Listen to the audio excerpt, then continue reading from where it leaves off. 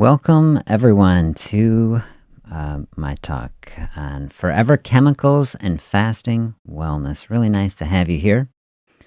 Uh, Big focus on this channel here, simple fasting, helping people achieve metabolic health.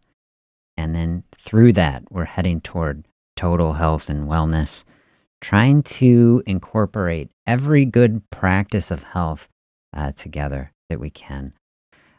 Today, we are taking a hard look at the reality of a number of chemicals, pollutants that are in our world, PFAS and microplastics, both a growing problem and growing awareness of the impact that they can have on the human body, including getting right into the space that we're in, a metabolic space, that these can disrupt hormone paths and processes that are leading to dishealth. So we're going to take a look at that, and how does a fasting wellness practice interact with that in a way as we're trying to move toward total health. So feel free, throw questions, observations, thoughts in the chat as we go along. I'll be trying to keep an eye on that and especially have some good discussion at the end, I hope.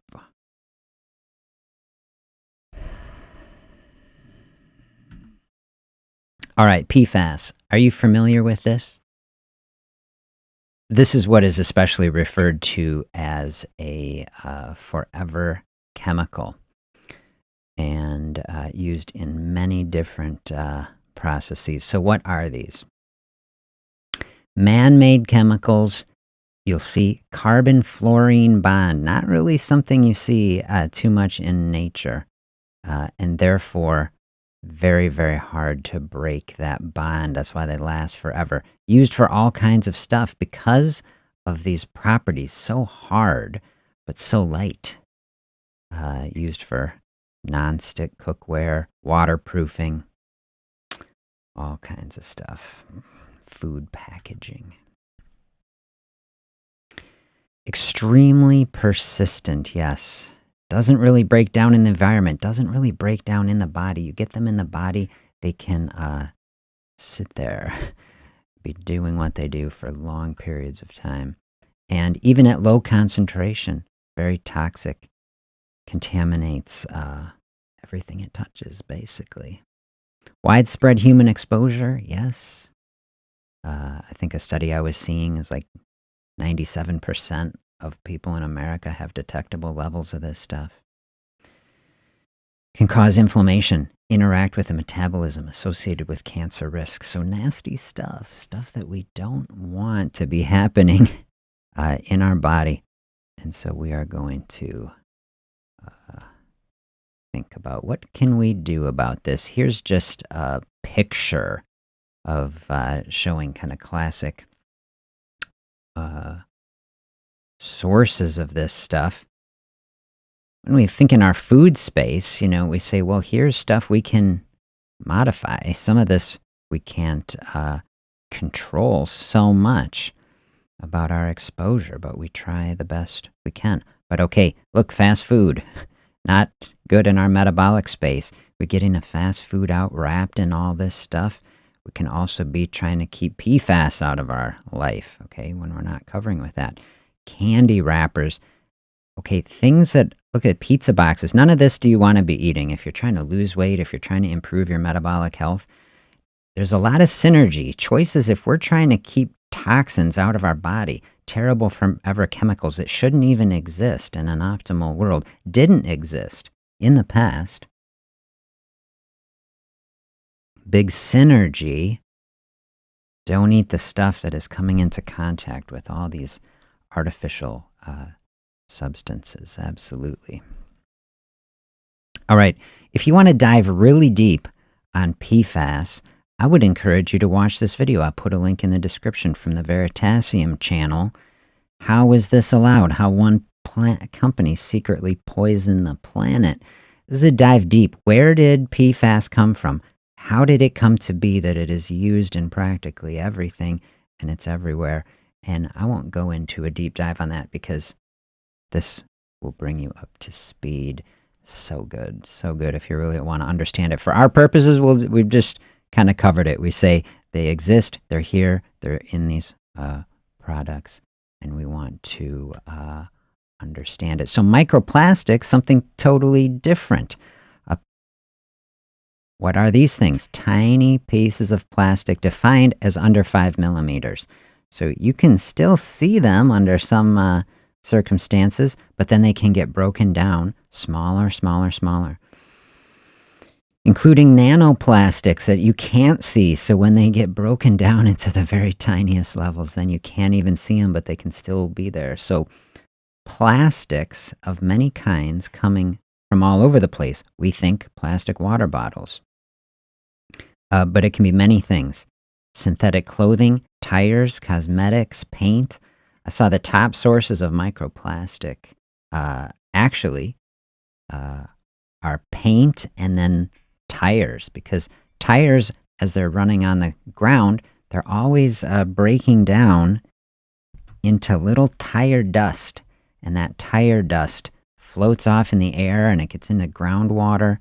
And so actually, if bits of tires getting inside of us, even when we breathe. Oh my gosh, it's crazy. Yes, PET and PE, polyethylene and polyethylene terephthalate. So that's the phthalates in this category as we get into that. So these things do not easily degrade. They don't really disappear either. They can last hundreds of years, but they break down into smaller and smaller particles where you think they're maybe gone. They like dissolved into the water. You can't see them, very hard to detect. But then they're there. This is the real problem. There's a big chunk of plastic. You say, I'm not going to eat it. But when it's incorporated into the food that you're eating and you don't even know it's there, this is something really concerning. Okay, physical harm, ingestion by wildlife. I did not put pictures. Have you seen them of poor birds out in the ocean and turtles and all this stuff getting strangled by plastic? When they find a dead animal, its stomach full of plastic in the ocean. We think a lot with microplastic of oceans. There have been some documentaries. Have you seen them on the garbage patches and incredible amounts of plastic floating in the ocean? But it's not just the ocean. It's actually all over the place.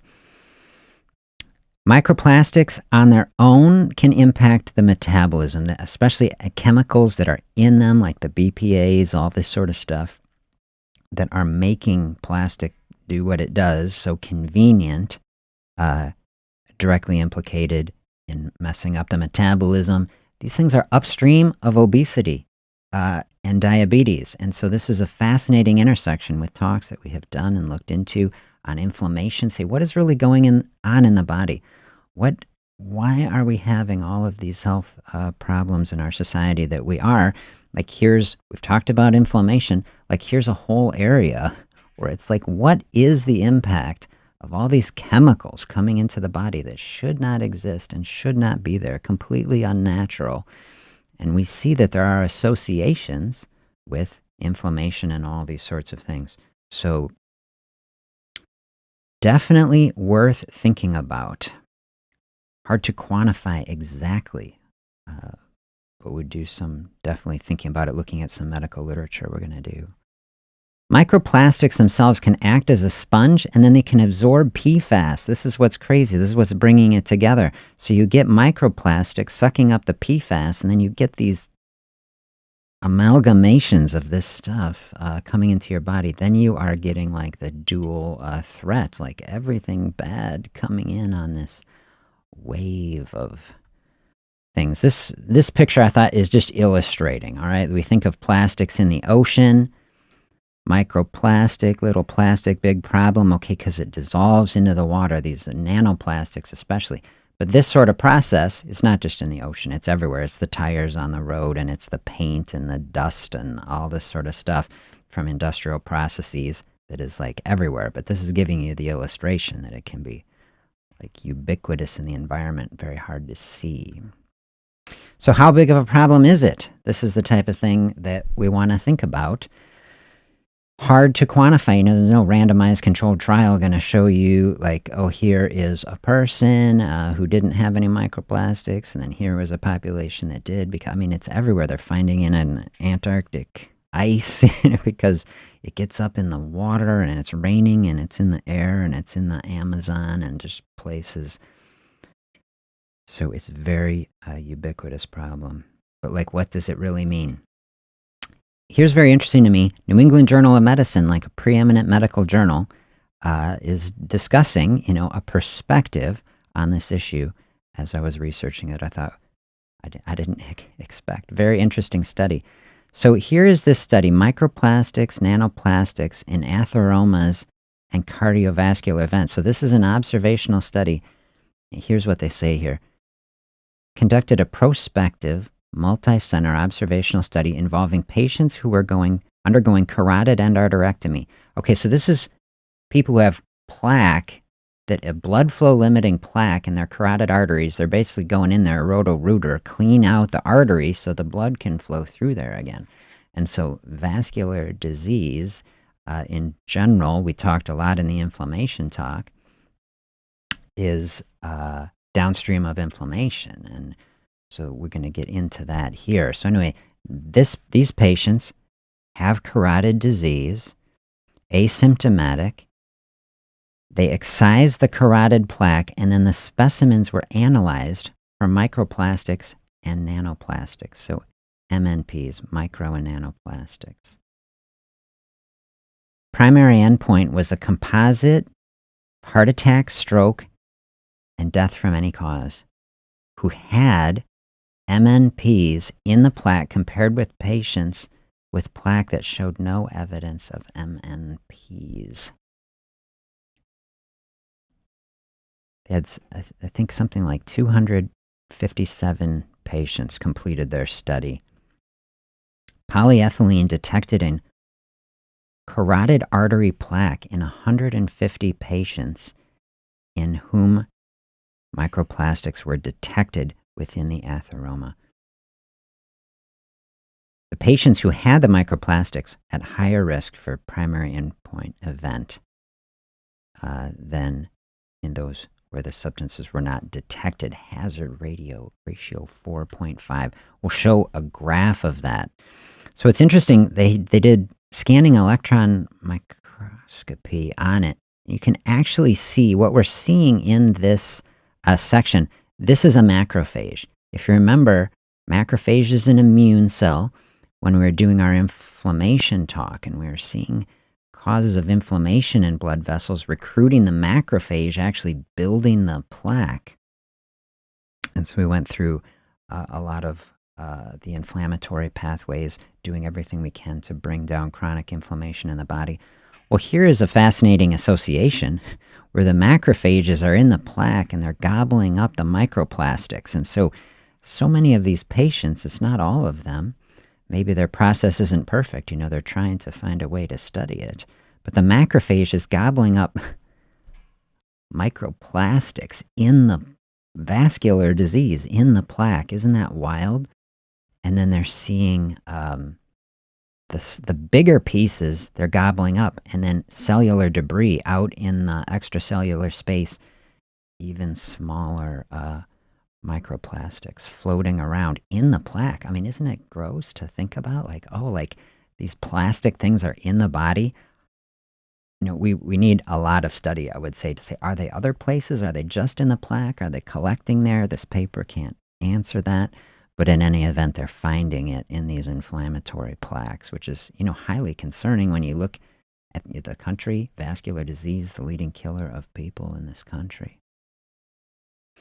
And we're trying to find ways to undo it, to protect ourselves, right? That's where we're going in this thing. How do we protect ourselves from it? Here's the graph I was saying of the hazard ratio of having heart attack, stroke, or dying of any cause in patients without microplastics in the plaque versus patients who have it.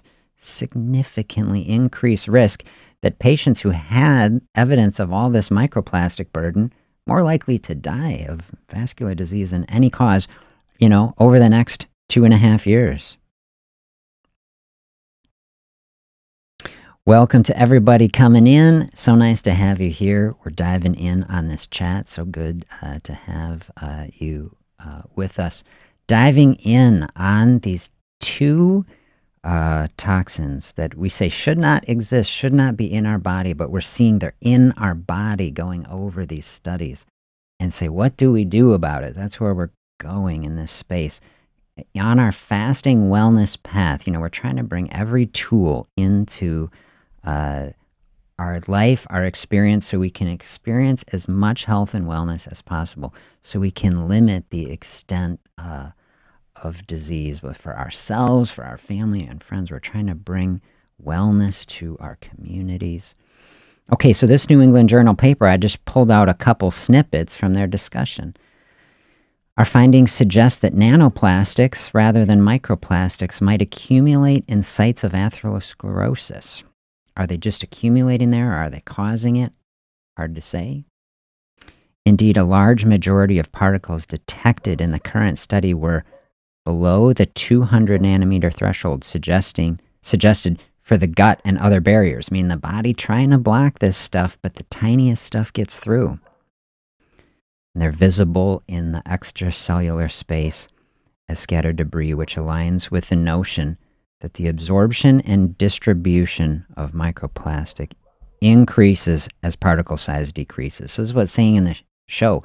The smaller it gets, the more dangerous it is, the more likely it is to flow into our body and end up in these sites of vascular disease. Here they say polyethylene and polyvinyl chloride in their various forms used in a wide range of application, including the production of food, cosmetic containers, water pipes, been found in drinking water. Large range of foods, cosmetic products, and the air. We discussed that from tires. You can breathe it in. I just thought it was interesting to see them just outline all these things right in the New England Journal of Medicine. So how big of a problem is it? This is just an observational study.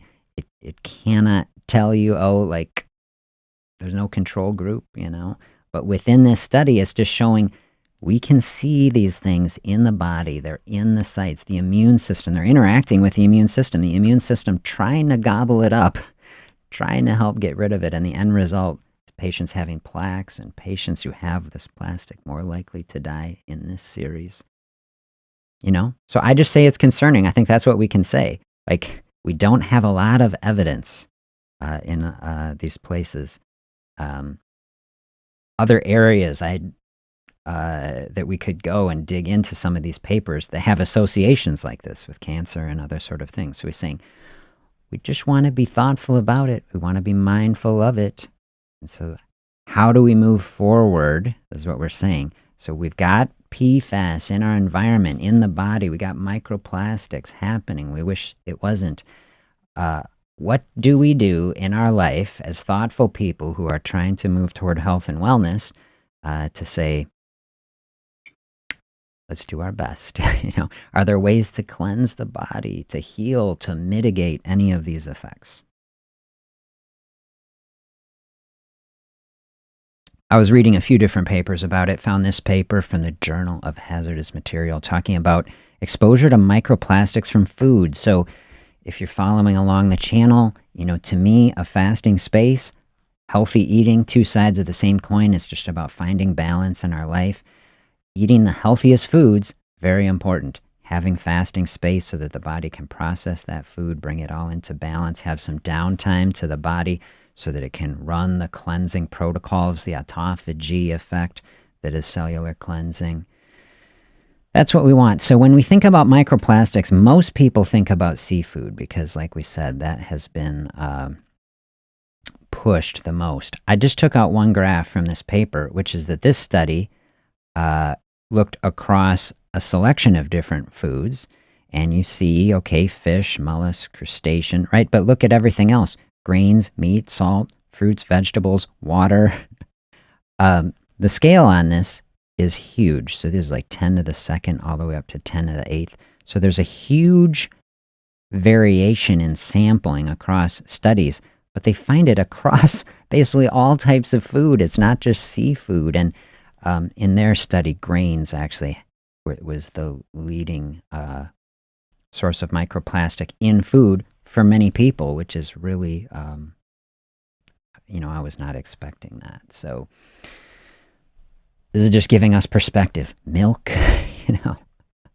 beverages, oh man. So it's all over the place.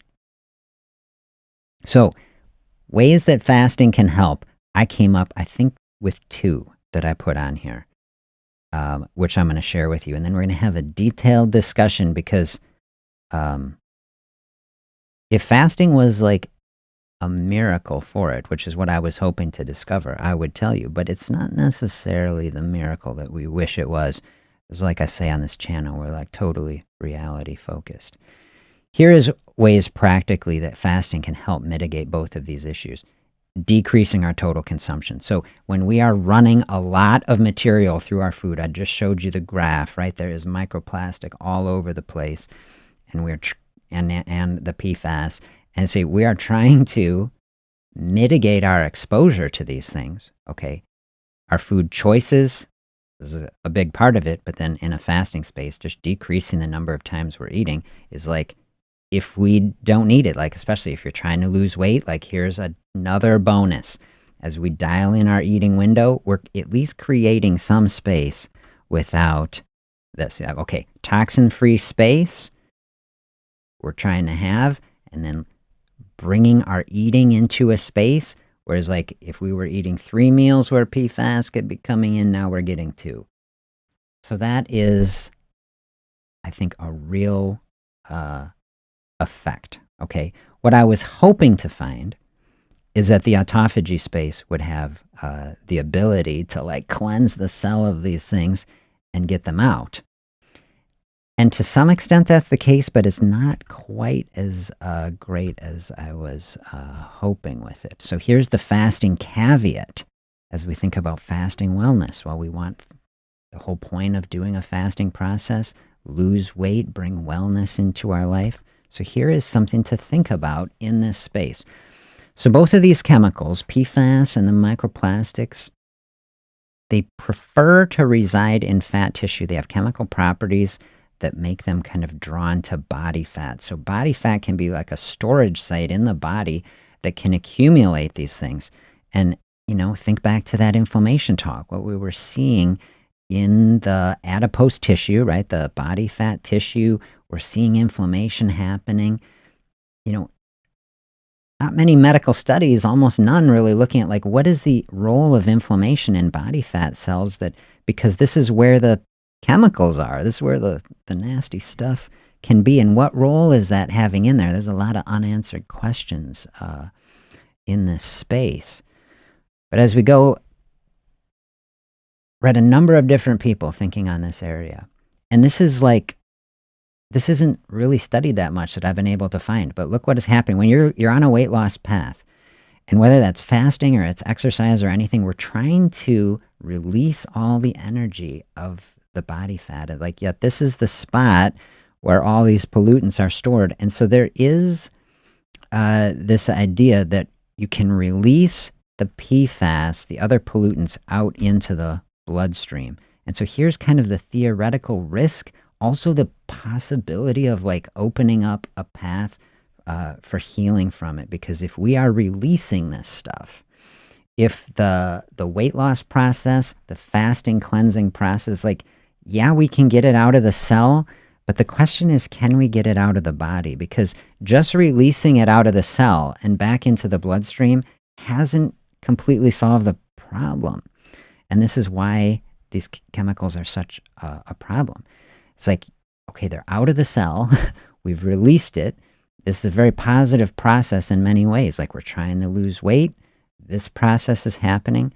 The theoretic risk is like if we can't get them out, they can just redistribute. Like if we lost so much weight, there's not so many places left to go. Can it actually send it into other places where we don't want it?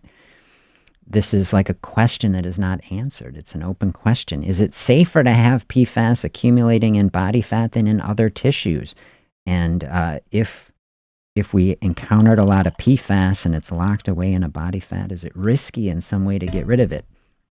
I have no idea.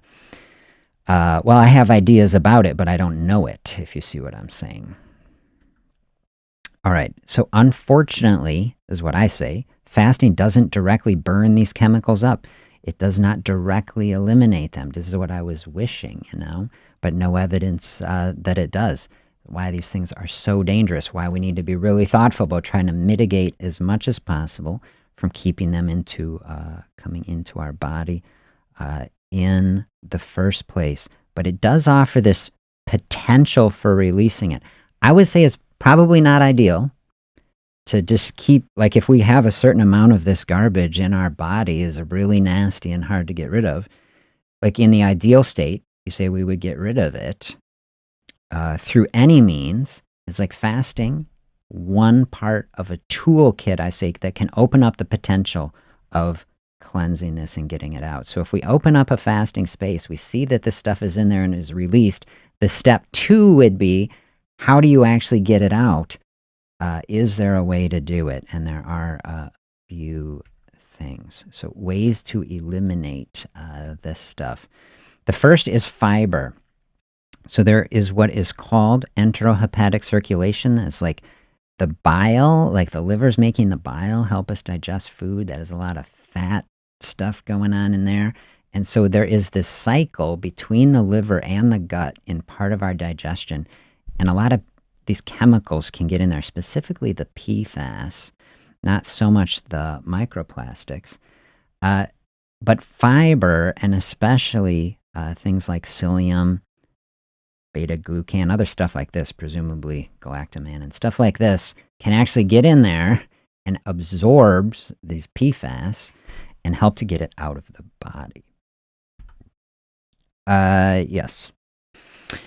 Help to eliminate it. Yeah, that's basically what I was saying. So the point I wanted to make here, to bring it into this context, I made the video on fasting aids. So as we're thinking about a fasting process and releasing these things out of body fat, it's like, well, here's like the fasting aid, a fiber, no calories, giving us a double bonus. Does it make it easier to fast? Does giving some fiber into that space make it easier to open up this space? And does it also have this synergistic bonus sort of effect where it can suck up some of this stuff in that circulation between the liver and the gut to actually get it out? So, you're just getting my brainstorming and slightly educated theorizing on it. Nobody done a study, but I would love to see some studies on that. Would that actually be a process to actually get it out? A lot of circumstantial evidence that it really would be a thing to do. So very worthwhile. So if you find it pleasant in a fasting space, especially if you're doing a longer fasting space, and you say, it doesn't sound so bad, get some fiber going through, there's a way to strip some of this stuff out. Second process. Donating blood or plasma can physically remove these things from the bloodstream. So these things can glom onto blood cells that can be floating in the plasma. And here is one of the only ways that you can actually physically remove this stuff from the body. Donate the blood.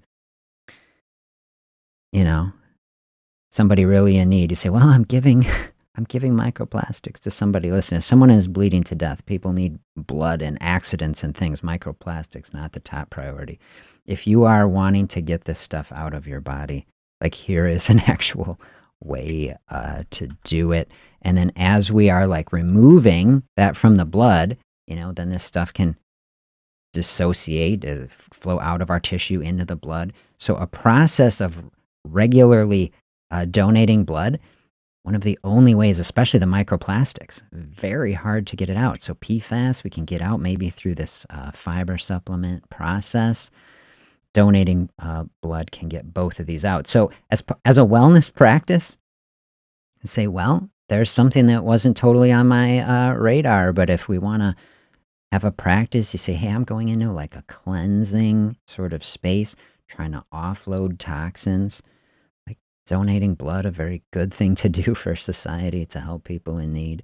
Like, here's another thing that could go. There's one study I looked at briefly. They were studying this in firefighters. I think you saw on the list, a lot of firefighting chemicals are just loaded with PFAS, and so firefighters have actually some of the highest PFAS levels, and so a blood donation practice for firefighters over a year was able to reduce their PFAS level. So, that to me was kind of inspiring me. You can get a PFAS level checked, and it's kind of inspiring me. I wanna know what mine is, and I'm curious to try out some of these things. Can I actually see it? I would love to see my own level, and can I make it go down?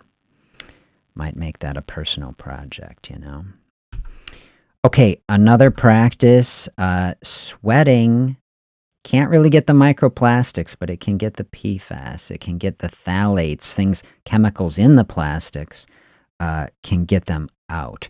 So sweating, another good thing. This is flowing us through this wellness space. We're seeing, okay, eating the healthiest foods, try to reduce microplastic exposure to the extent we can, cooking them on good surfaces, avoiding covering them in plastic. Okay. And then the fasting space, we're seeing, okay, opening up space to start the cleansing process. Now we're flowing into an exercise space that's sweating out some of this stuff. You can sweat it out. And so one way, getting our good, beautiful exercise process, so good for the body. And then the other practice with it is a sauna. My image got a little big there, but you get the idea.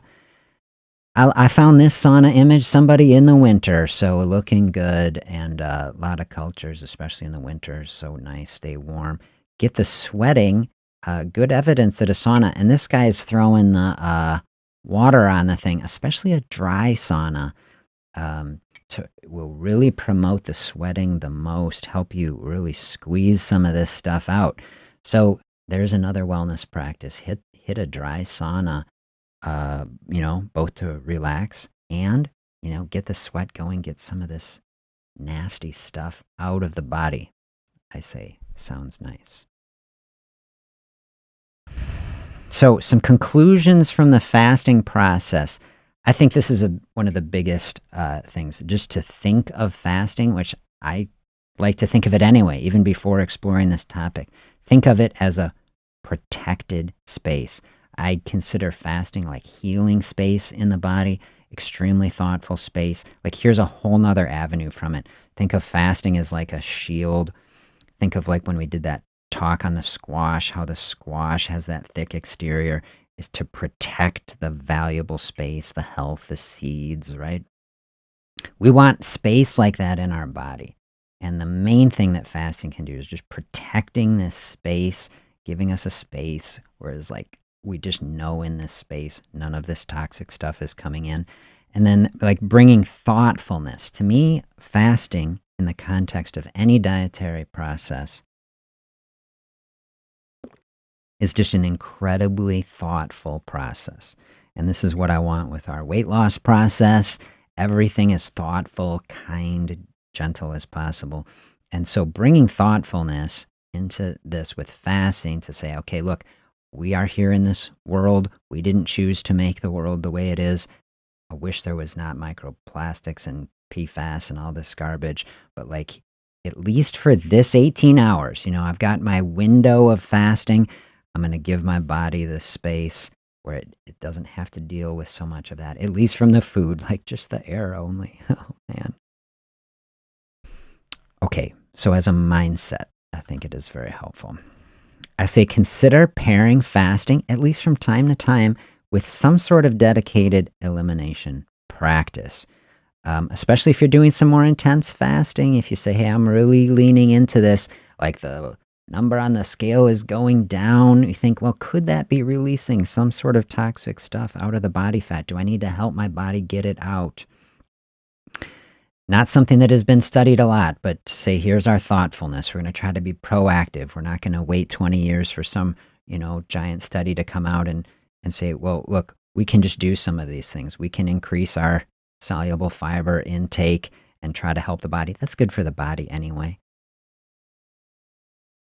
We can consider donating blood, something I'm really thinking about doing. I'm like, I do want this stuff out of the body, especially I just want to see if it works. And then giving us more encouragement, get on our exercise process, get the sweat flowing, say, hey, there's another process, help the body get this stuff out, and maybe do a sauna. Have you spent much time in a sauna? I have not. But also inspiring me in this frigid cold in Wisconsin where I am, I'm like, hey, maybe it would be nice. Maybe it would help. So, like, we're trying to build a total wellness practice, fasting one component of it, and we try to move forward in that way. I put this picture just to conclude. I saw it. Should shrink. Oh, I can't shrink it down from here. But you get it, okay? The world is floating in all this plastic and all this stuff. The big conclusion that I say, okay, we can look at things on multiple levels. The primary thing we want to do is focusing on our own health, right? We're trying to take care of ourselves first. We're trying to thoughtfully move in a direction of health and wholeness. Fasting, if you're here with me on the channel, a practice to do that, to bring health and rejuvenation to the metabolism. And now, like here, from that space, many different areas we've touched on the channel in a fasting space. Be so thoughtful, contemplative, especially in that space. I think about, okay, people who are less fortunate, who like don't have enough to eat. Like I'm in this incredible space where I can just voluntarily say, okay, I'm going to just run off the storage. A very, very fortunate situation when you think about the broad experience. Okay, so then that's a very thoughtful space. Here's like a whole nother area where we can open it up and just look at the big picture of the world and how we're living. That's where I want to open up the discussion. What I've been talking about on the channel for, a few months is like fasting and a weight loss process of any kind is like finding a way of being in the world. And this is out of all the analogies, a big thing of like the live shows, just coming up with more analogies of like, oh, it's kind of like this and it's kind of like that, to help us like take steps forward. And each different analogy that we use is like another tool in a toolkit that is helping us to navigate our path. And I really like that. We're reading the book, Overcoming, our mountain, Climb the Mountain, realizing that that's ourselves. And so like, these are the ideas, doing the deep inner work that helps us walk forward in health. So here's like a whole nother area on it that is like, really can get you thinking in the big picture. I'm bringing in thoughts of the session we did, Hidden History of Obesity, right? And how the roots of the societal problems that we have with metabolic health go all the way back into the Industrial Revolution. And here's another issue, the development of synthetic chemicals. It mirrors the rise, of industrial society. And so really we find ourselves in this space on multiple fronts where we're confronted with the same issues, which is the fact that human culture and human society has been on a runaway train, a one-way track, away from integration with natural cycles of the earth and toward building something completely detached that does not respect or integrate with the natural world, and in fact is, destroying it in many ways, which is, it's tragic and it's unfortunate. And then how much of the dishealth is a big belief that I have, that a large measure of the dishealth that we experience is because of the deviation that we have from the natural cycles of the earth, that the body, whatever you believed, evolved in and through, or was created in and through, however that works. Okay, everything was in balance at a certain point. And we can talk, we could talk in a long time. The historical bias, you can glorify the past because you weren't living it and you didn't understand it. And I've tried not to do that, as I've talked about, the history and the deep struggle of human beings on this planet, just trying to survive, to get enough food. And there has been a lot of great difficulty, of course, between famine and disaster. And none of that has anything to do with the incredible conflict between human culture and the warfare and the, just the deep struggle of people.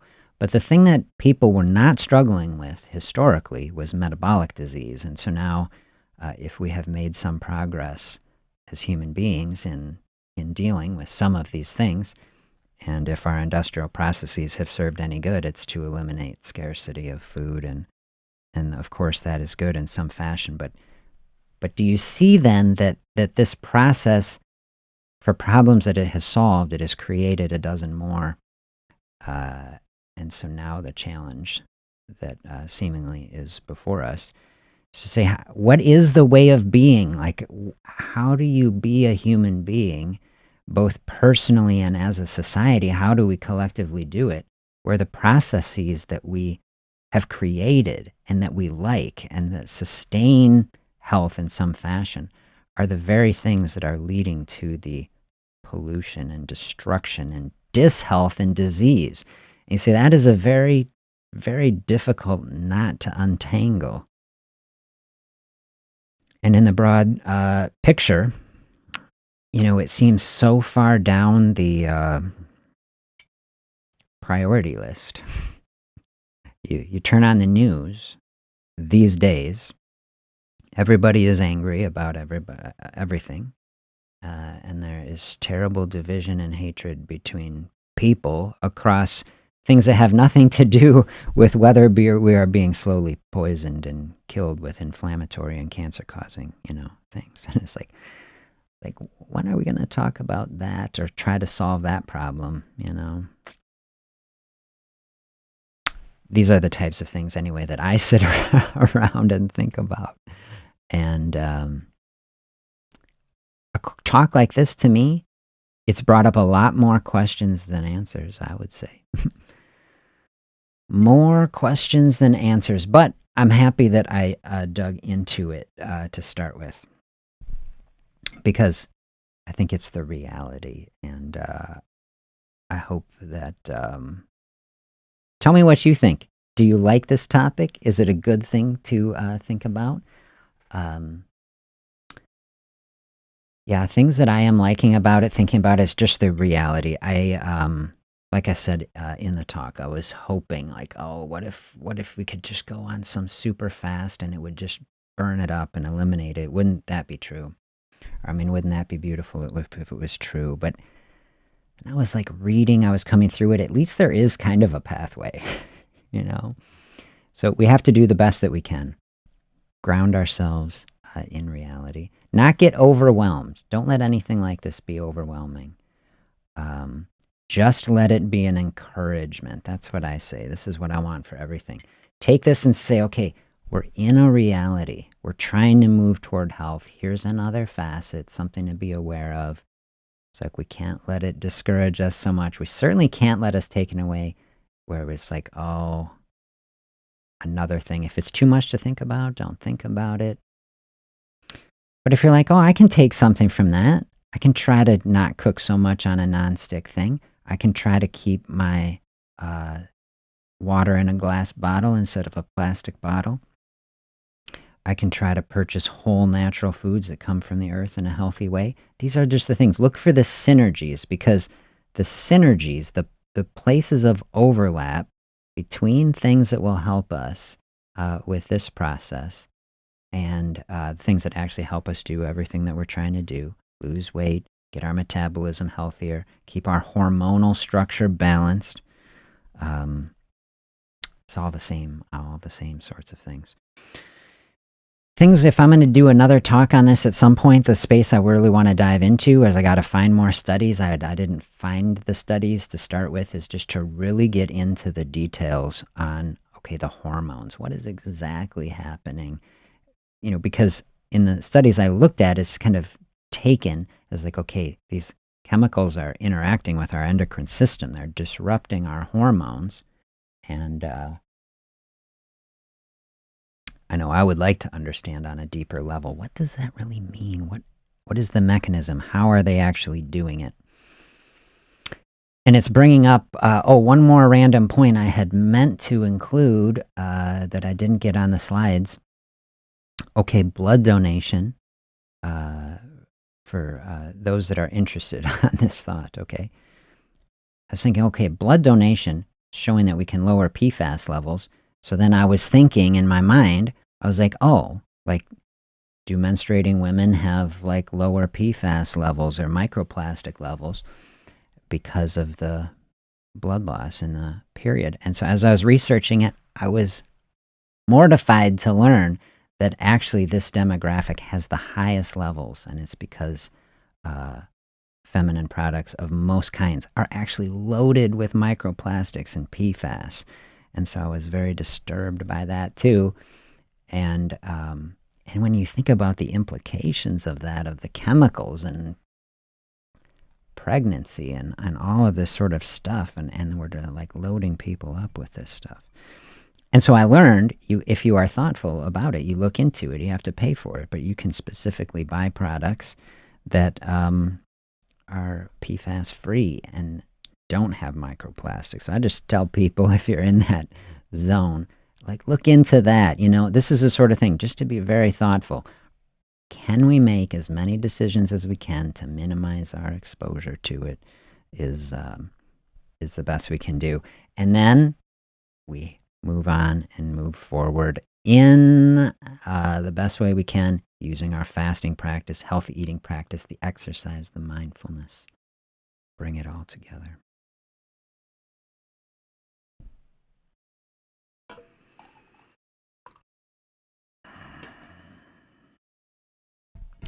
Okay, I think that's every thought that I had on this topic. Let me know how you're doing. If you have other thoughts, comments today, I will chill out and hang out with you here. Happy to answer any questions.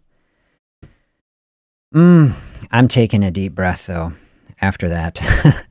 That was a whirlwind for me to think through.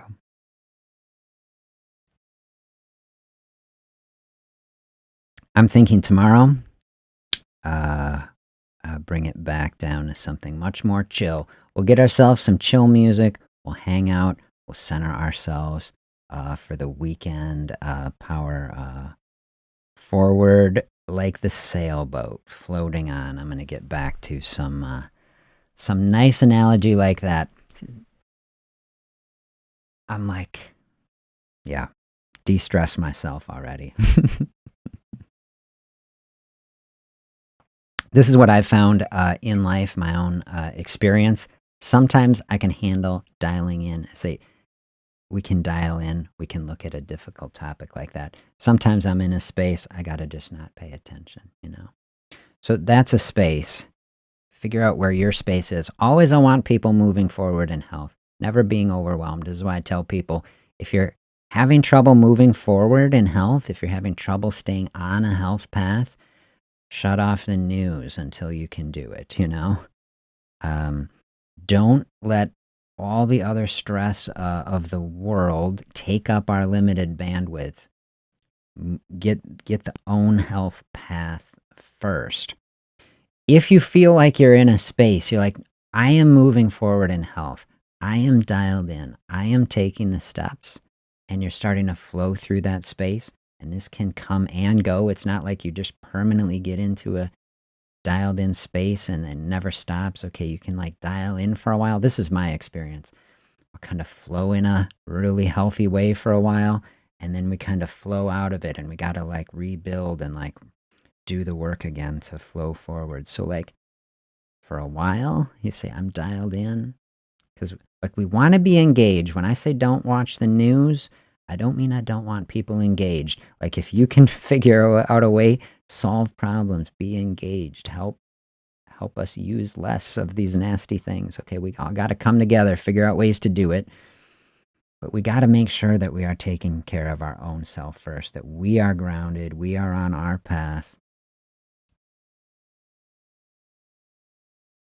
We want the energy to be overflowing out of us, right? From a space when we're like, yes, my exercise is dialed in. I'm opening up fasting space. I'm getting my metabolism, my energy, everything in that space. Like now you're feeling the energy. Now I got some energy. Take that kind of energy. It's like what is an issue, that I care about? It's microplastics or some political thing or whatever. Yes, engage, okay, but from a place of health and wholeness, okay? Really nice to share this space with you today. Thank you for hanging out with me. Thank you for being here. Give me feedback on this session. What did you think? Do you have questions you would like answered from it? And I'll look forward to diving in with you in another fasting space tomorrow.